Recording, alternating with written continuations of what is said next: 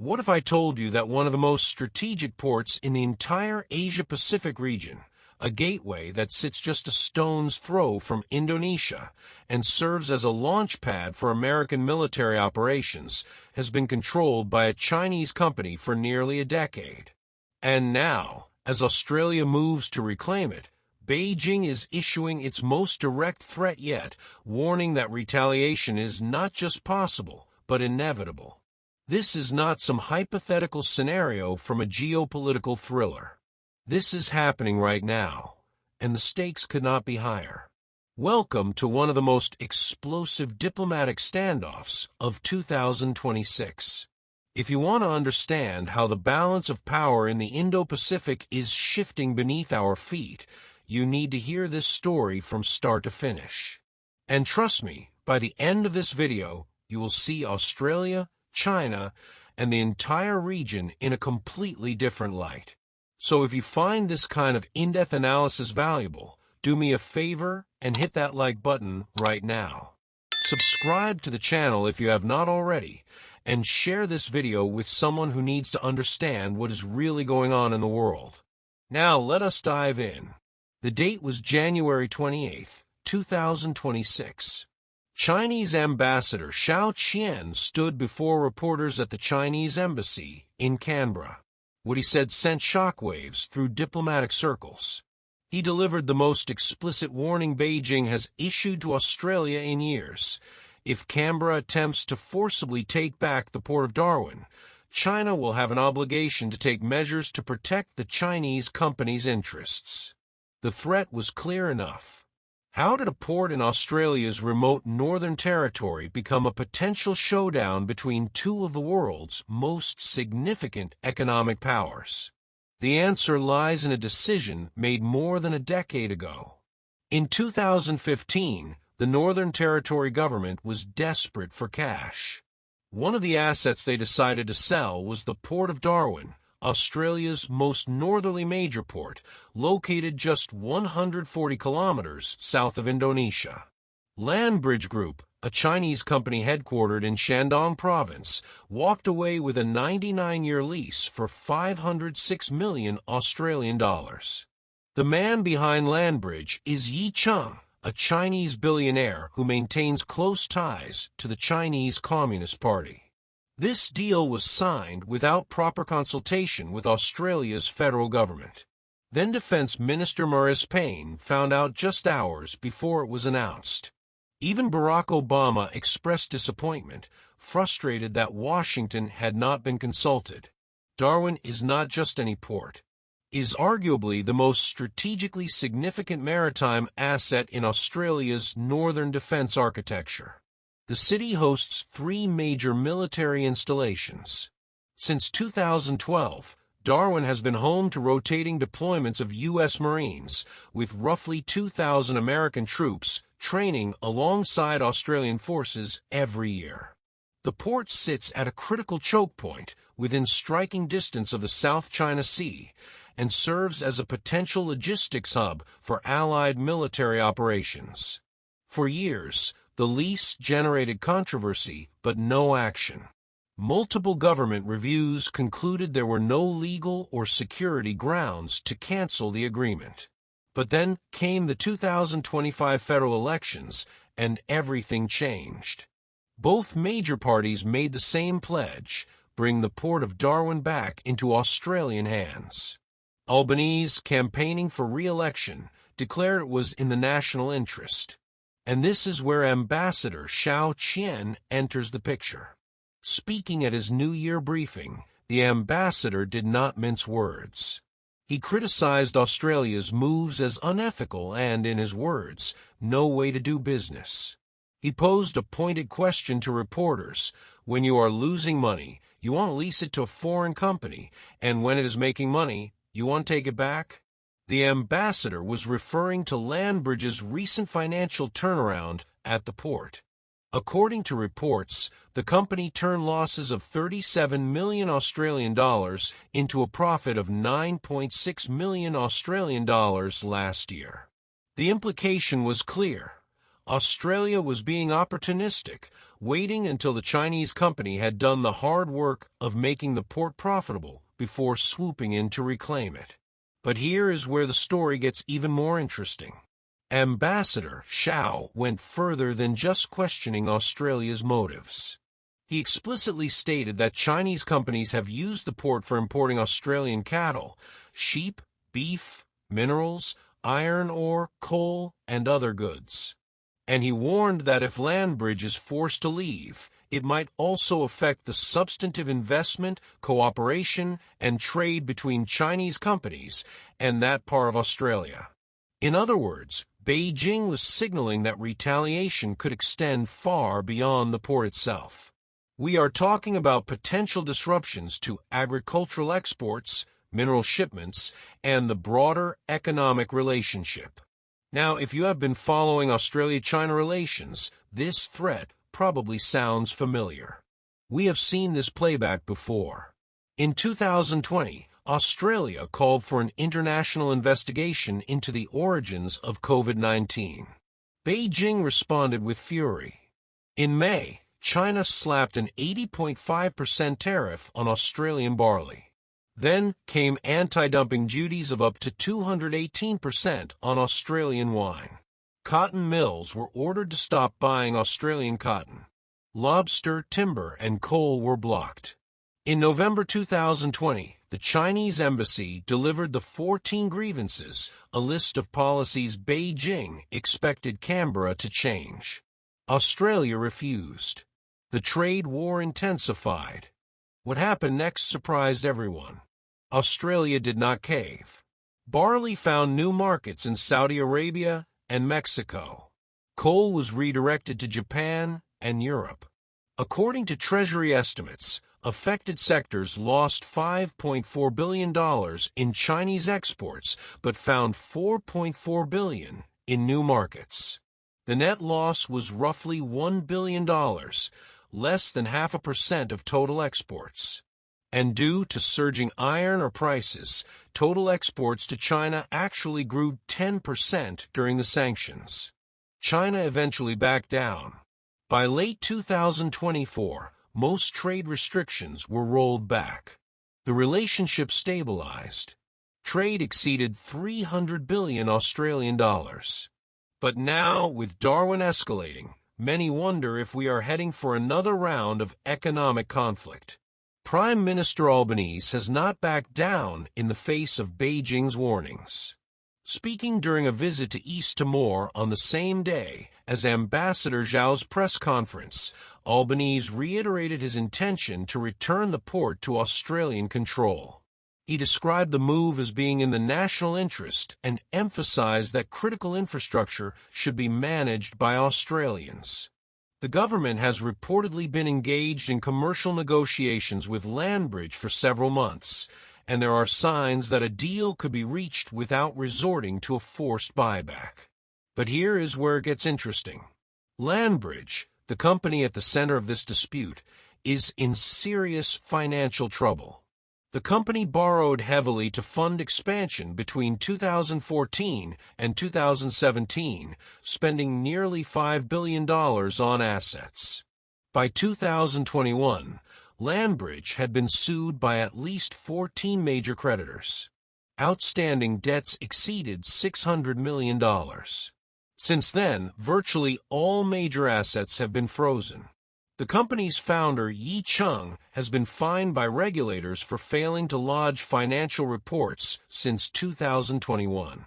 In early 2025, a restructuring committee was formed to keep operations afloat.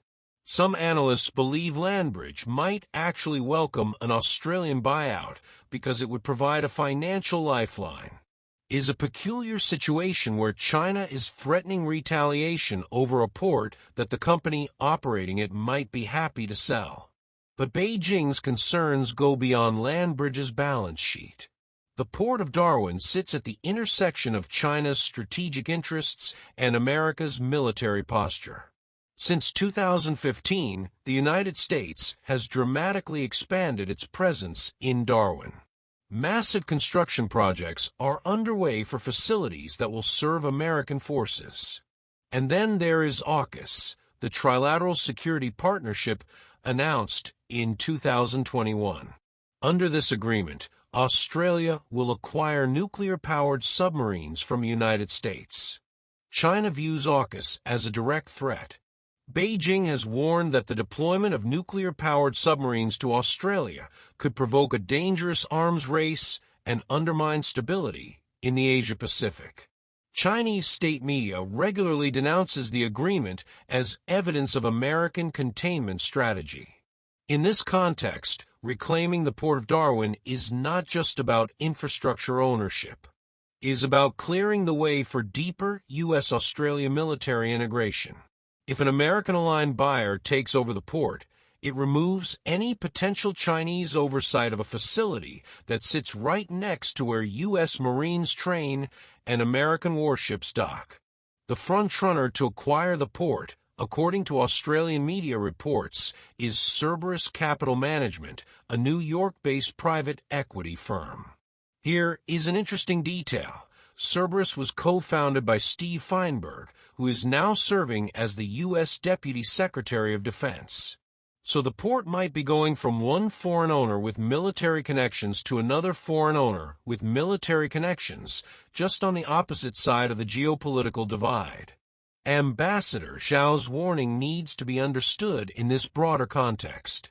When he says China has an obligation to take measures to protect the Chinese company's interests, he is not just talking about Landbridge's shareholders. He is signaling Beijing's concern about the trajectory of U.S.-Australia security cooperation and China's diminishing economic leverage over its southern neighbor. The ambassador also emphasized the scale of the bilateral economic relationship. Against the backdrop of sluggish global trade growth, he noted bilateral trade between the two countries once again exceeded 300 billion Australian dollars last year. For 16 consecutive years, China has remained Australia's largest trading partner, largest export destination, and largest source of imports. The message was unmistakable. Australia has a lot to lose if Beijing decides to turn the screws again. But does it? The previous round of trade coercion demonstrated that Australia is more resilient than many expected. The country successfully diversified its export markets and weathered the storm. Chinese investment in Australia has already plummeted, falling to $1.3 billion in 2024, the third lowest level since 2006. Meanwhile, the AUKUS partnership is proceeding full steam ahead. President Donald Trump confirmed in October 2025 that the submarine deal would move forward, putting to rest months of speculation about the agreement's future under his administration. The geopolitical calculus has shifted. Australia is no longer the same country that signed that 99-year lease back in 2015. The strategic assumptions that underpinned that deal no longer reflect today's reality. China is undertaking the largest military buildup in its modern history. Chinese warships conducted unannounced live-fire exercises in the Tasman Sea between Australia and New Zealand in February 2025, forcing commercial airlines to divert flights. Chinese fighter jets have released flares dangerously close to Australian aircraft conducting routine patrols over the South China Sea. Public opinion in Australia has hardened accordingly. Polls show that up to 90% of Australians believe the Port of Darwin deal carries some risk or a lot of risk to national security. The bipartisan political consensus on reclaiming the port reflects this shift in popular sentiment. Neither major party wants to be seen as soft on China or willing to tolerate foreign control over critical infrastructure. So where does this leave us? The commercial negotiations between the Australian government and Landbridge are ongoing. There is cautious optimism in Canberra that a deal can be reached without a forced buyout, which would avoid the legal complications and potential compensation costs that could run into hundreds of millions of dollars. But if negotiations fail, the Albanese government appears ready to use whatever tools are at its disposal to bring the port back into Australian hands. Beijing, meanwhile, is watching closely. Ambassador Shao made that clear. The Chinese government has stated that Landbridge acquired the lease through market mechanisms and that its legitimate rights and interests should be protected. China has called for Australia to honor the contractual arrangement, emphasizing the importance of a transparent and stable business environment for foreign enterprises. These are arguments grounded in international business norms and the rule of law. But they ring somewhat hollow coming from a government that imposed billions of dollars in punitive tariffs on Australian goods based on transparently political motivations just a few years ago. The row over the Port of Darwin reflects wider geopolitical tensions in the Indo-Pacific, where issues of sovereignty, economic influence, and strategic positioning are increasingly defining relations between major powers. Australia finds itself caught between its largest trading partner and its closest security ally, trying to balance economic interests with national security imperatives. For now, the two countries continue to engage diplomatically. There are no rumors of an imminent visit by President Xi Jinping to Australia, which would undoubtedly give the relationship a boost. But there are also no signs that either side is willing to back down on the fundamental issues at stake. The Port of Darwin saga is far from over. It has been a decade-long drama of strategic miscalculation, shifting geopolitical winds, and competing visions for the Indo-Pacific order. Whatever happens next will send a powerful signal about the direction of Australia-China relations and the broader balance of power in the region. This is one of those stories that will continue to unfold in the weeks and months ahead. And if you want to stay informed about the latest developments, make sure you are subscribed to this channel and have notifications turned on. I will be covering this story as it develops, bringing you the kind of in-depth analysis and context that you will not find anywhere else. Before I go, I want to hear from you. What do you think Australia should do? Should Canberra push ahead with reclaiming the port, even if it means risking another round of Chinese trade retaliation? Or should the government find a way to preserve the existing arrangement in the interest of maintaining stable relations with its largest trading partner? Drop your thoughts in the comments below. I read every single one, and some of the best discussions happen right there in the comments section. If you found this video informative, please give it a thumbs up. It really helps the algorithm push this content out to more people who need to see it. Share it with friends, family, anyone who cares about what is happening in our world. And if you have not already, subscribe to the channel and hit that notification bell so you never miss an upload. Thank you so much for watching. I will see you in the next one. Take care.